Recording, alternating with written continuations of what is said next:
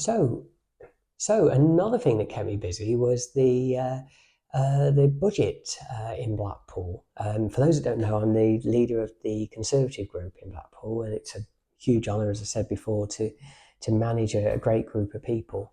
Um, but in terms of the budget, I wanted to do something that hasn't been done before.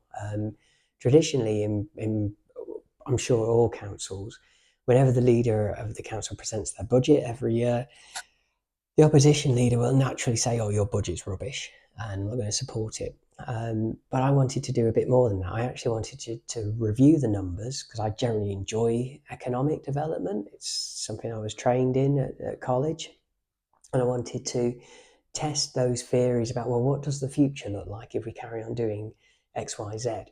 And so I came up with a sort of an economic theory. It's the start of an economic theory, really, and it's called Blackpoolnomics. And this was the thing that I held up in the budget and presented as an alternative to the council's proposals.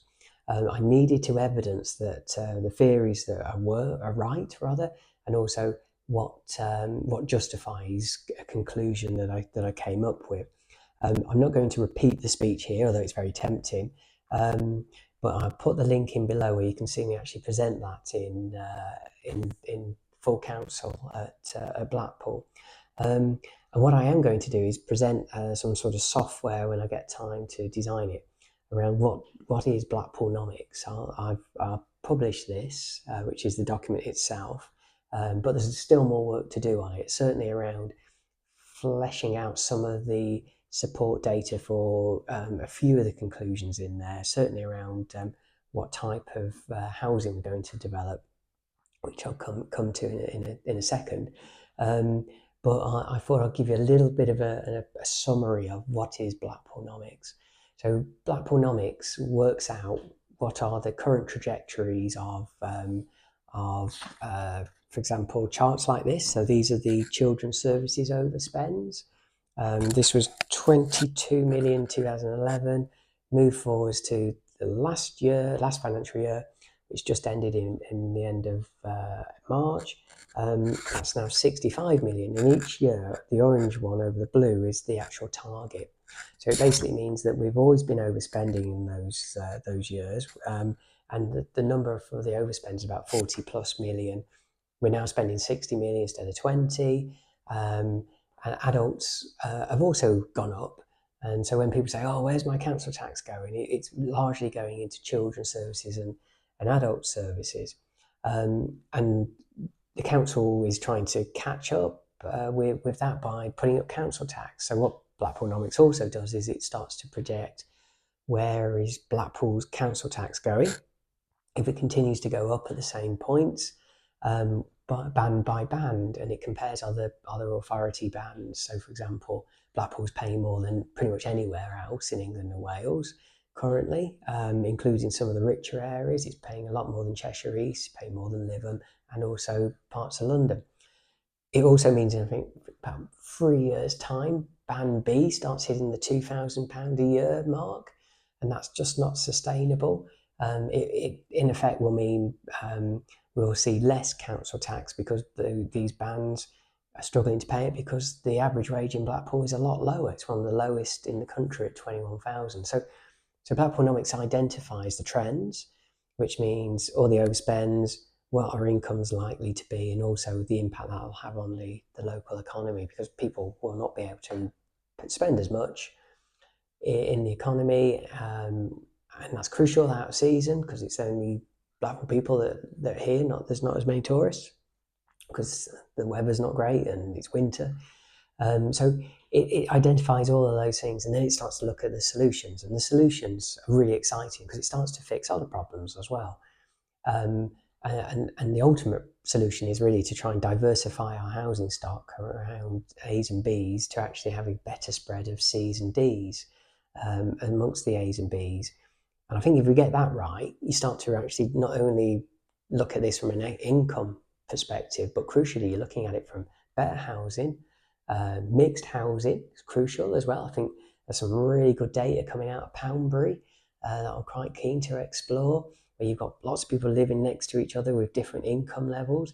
And as long as you shield the people in the social housing, there's no reason why they can't live it next to people who are in have better income and in a different housing band. But what that starts to do is you're accessing different networks as well, so everybody's benefiting. So I think that has an input on Blackpool as well. Now, what I'm not saying is that you should, and I think this is the bit that needs more work, is that you're not saying, oh, we're just going to build loads of band G and H houses, which are the really posh ones. But what you're actually saying is, no, you're going to create really nice housing for everybody, but at the same time keep your density. And Blackpool's for those who don't know, is a very dense area, which is fantastic. It means you can concentrate resources. We're literally 8 miles by 3, so you've got everything from a coroner to a registrar, all in the same town, and that's quite unique. Normally, you have to be a big city, or that sometimes those sorts of things are shared in a wider authority across many miles, like a shire county, for example. So we are very lucky. You want to keep that density. You want to get those population figures up. So there is a conversation about the type of housing. Does it mean you have to build up? Because in a coastal area, you're restricted by the sea. You can't build anything that side of your borders, even in effect half a town or city. So some really exciting questions. So Blackpoolnomics tries to answer that, and it's going to be something we keep adding to, and I want to have lots of different conversations with everybody about this to get their input. So when you deal with economics, generally my view of the world is that it is literally a fine series of tweaks, but you get that right, what you start to do is you reduce the amount of empty properties there are in Blackpool. You reduce your fraud. You take control of your investment into, in this case, fostering, to try and deal with some of the children's services areas. You review your contracts on your adult services, and you improve housing stock, and reduce all the demands on those services, certainly around children's. And so it's the very early stages, which something I'm going to keep adding to, but I was really proud of it. Huge piece of work. Probably it took me about a month to put it all together, and you'll see the speech below that I'll link to.